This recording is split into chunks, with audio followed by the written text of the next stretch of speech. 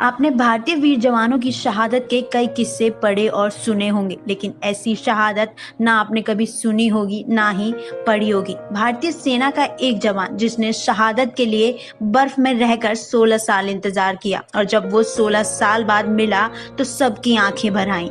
UP में मुरादनगर के हिसाली गांव में रहने वाले जवान अमरीश त्यागी भारतीय सेना के पर्वतारोही दस्ते में थे। अमरीश त्यागी 23 अक्टूबर 2005 में हिमालय की सबसे ऊंची चोटी सतोपंत पर तिरंगा फहराकर लौट रहे थे। रास्ते में संतुलन बिगड़ने के कारण अमरीश और उनके 3 साथी अर्शिल की खाई में गिर गए। उनके साथ शहीद हुए 3 जवानों के शव तो उसी समय मिल गए, लेकिन उनकी कोई जानकारी नहीं मिली। 2005 में काफी समय तक भारतीय सेना ने उनकी खोज की, लेकिन उनका कुछ भी पता नहीं चला, जिसके बाद 2006 में उनको भी शहीद घोषित कर दिया गया। अमरीश के माता पिता की अंतिम इच्छा थी कि शहीद पुत्र के अंतिम दर्शन हो जाए, लेकिन वो इच्छा भी उनकी पूरी नहीं हुई और उनका निधन हो गया। लेकिन उनके शव का पता न लगने के कारण उनके भाइयों को उम्मीद थी कि उनका भाई घर वापस जरूर आएगा, लेकिन 2 दिन पहले ही उनकी उम्मीद भी टूट गई। दरअसल स्वर्ण विजय वर्ष के अवसर पर भारतीय सेना के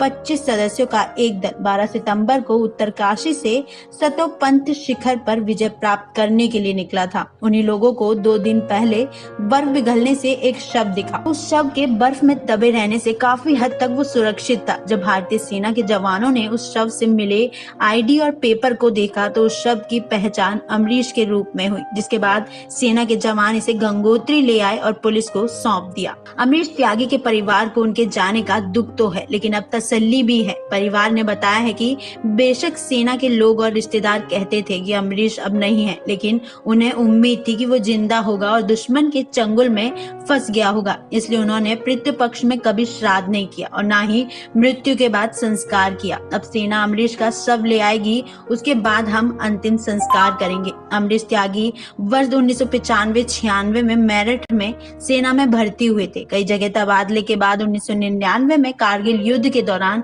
उनकी तैनाती लेह लद्दाख में हुई। अमरीश का हवाई जहाज से